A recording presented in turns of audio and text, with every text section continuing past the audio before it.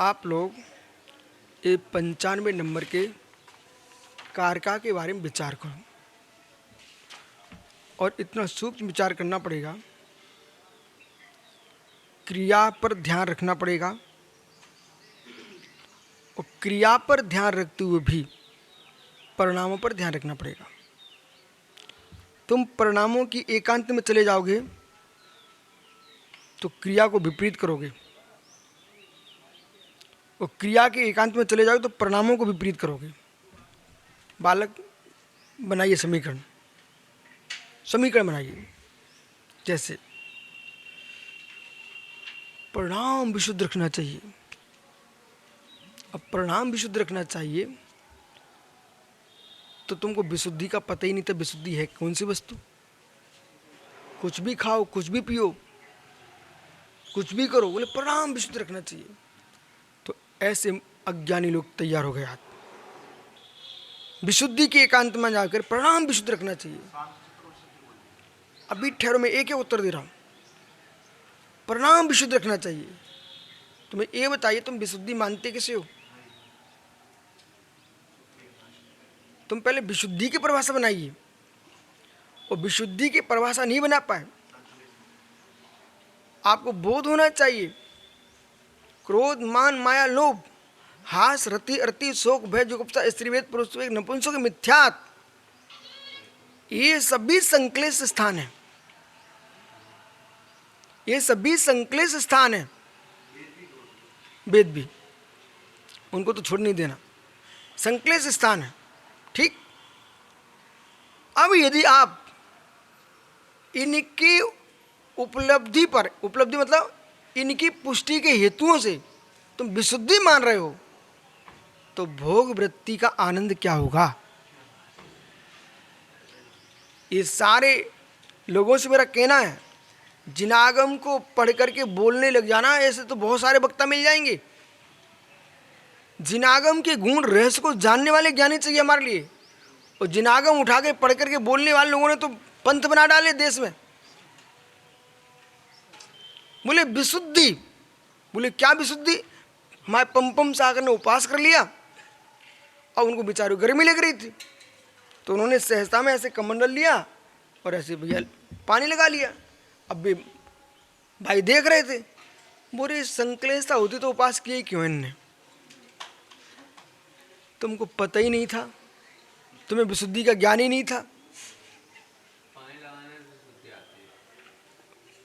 पानी लगाने से विशुद्धि नहीं आ रही। पूरी बात सुनो, पूरी बात सुनो, बात सुनो पूरी। उपवास की विशुद्धि पर लक्ष्य लाइए पहले आप। एक दाना कम हो जाए उस दिन तड़प जाता आदमी। और जिसने बुद्धिपूर्वक अनशन तप किया है, शरीर की अपनी शक्ति है, वीरेंद्राक्रम का 6 उपशम है, वो कमजोर पड़ रहा था, वो कमजोर पड़ रहा था। तो मित्र, आपके लगाने से कुछ होता क्या? रंग लगा दिया, पौंड दबा दिए, है ना, उसमें आपने चुमक लगा दिए और सुनते जाना, बिल्कुल बोलना नहीं। कुछ नहीं होता, कुछ भी नहीं होता, विश्वास मानिए, कुछ भी नहीं होता। तो क्या होता फिर? लगाते क्यों हैं? लगाते इसलिए हैं जैसे कि अमिया होती, अमिया, आम पका तो आदमी ऐसे निचोड़ता है, तो ऐसे निचोड़ने से रस निकलता है क्या? नींबू ऐसे निचोड़ने रस निकलता है क्या? अरे रस तो उसमें होता है इसलिए निकलता है। वो तो हम प्रेशर दे करके उसको बाहर निकालने के लिए देते हैं, न कि बनाने के लिए देते हैं। विषय पकड़ना आप। आपने आम ऐसे निचोड़ दिया तो रस निकल पड़ा, पीस करते तो रस नहीं निकलता। विधि देखो आप, पीस करते, टुकड़े करते तो रस नहीं निकलता।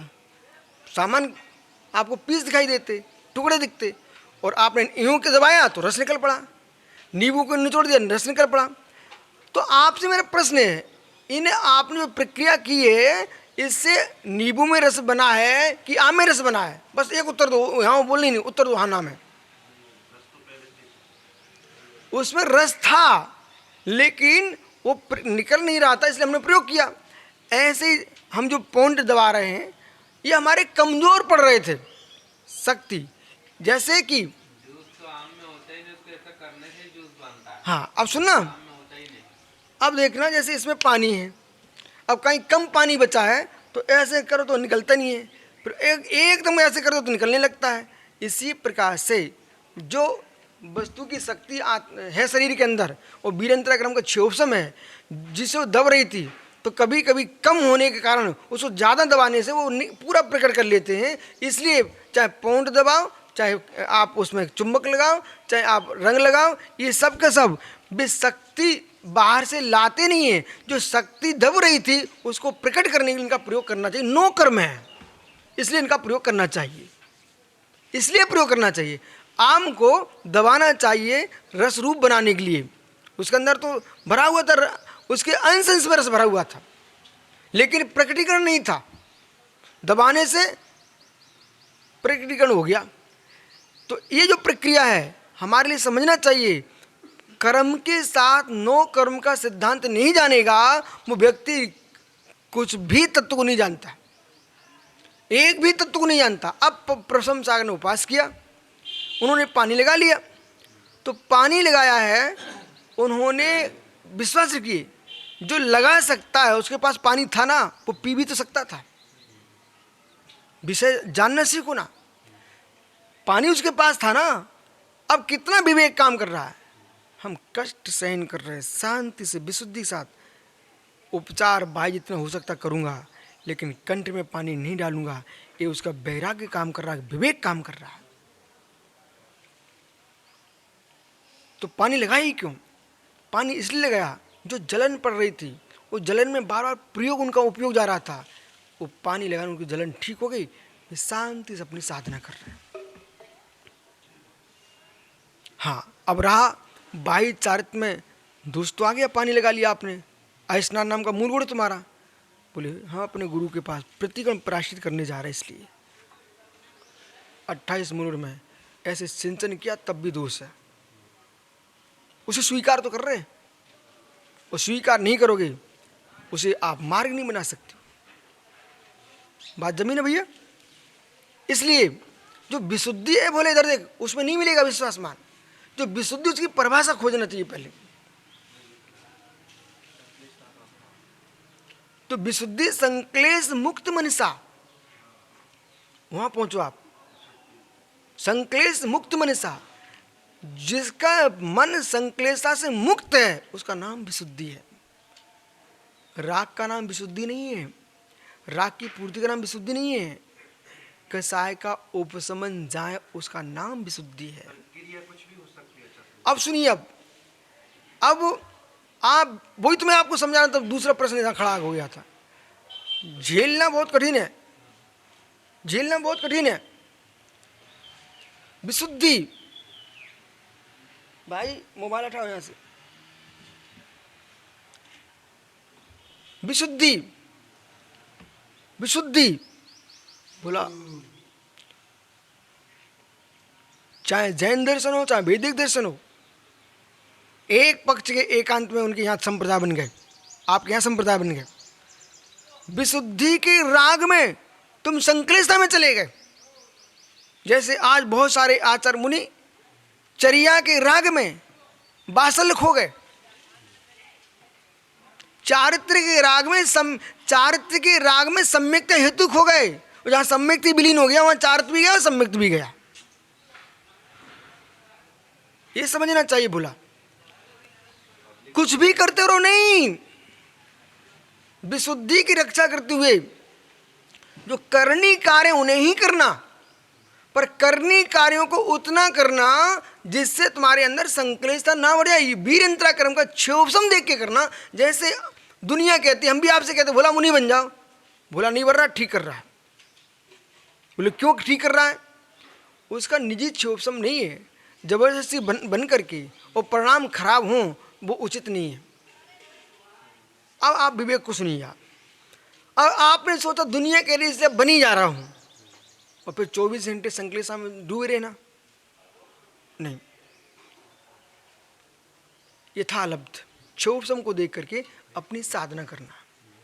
और हमारा क्षोभसम यात्रा होगा, वैसे हम साधना करेंगे, वो विशुद्धि हमारी जो बनेगी उस अल्प में। सुनिए ध्यान से, इतने गहरे पक्ष हैं।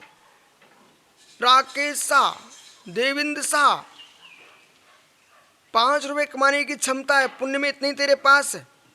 1 करोड़ का लोन लेकर के संकलेशता में जी करके ऋणी होकर के अपने घर की कुर्की कराना अच्छा है कि 5 रुपए का व्यापार शुरू करके और फिर धीरे धीरे बढ़ाते जाइए और 5 करोड़ पर पहुंच जाओ, वो अच्छा है।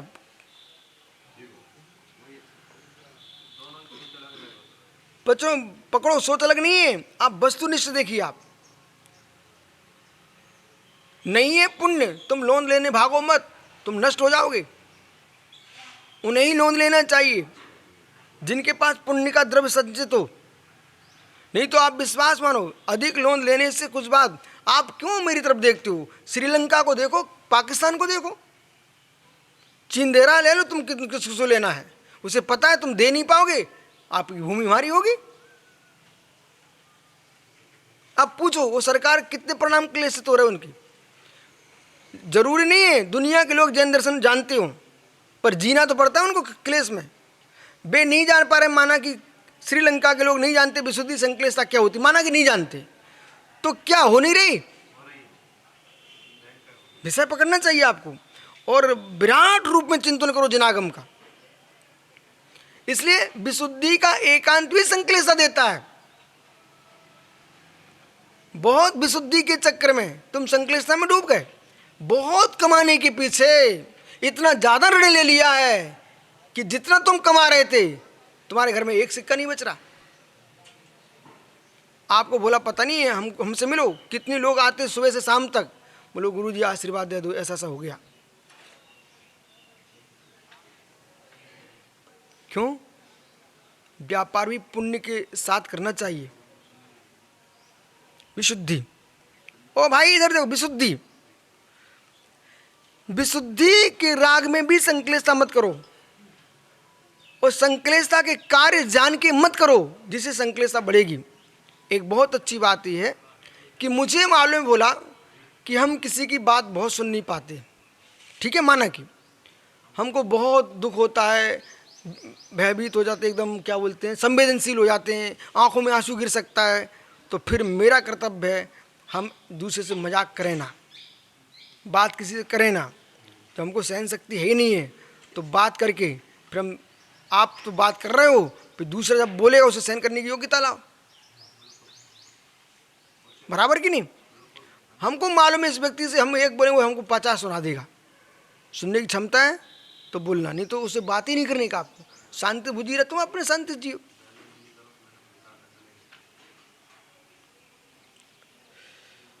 इसलिए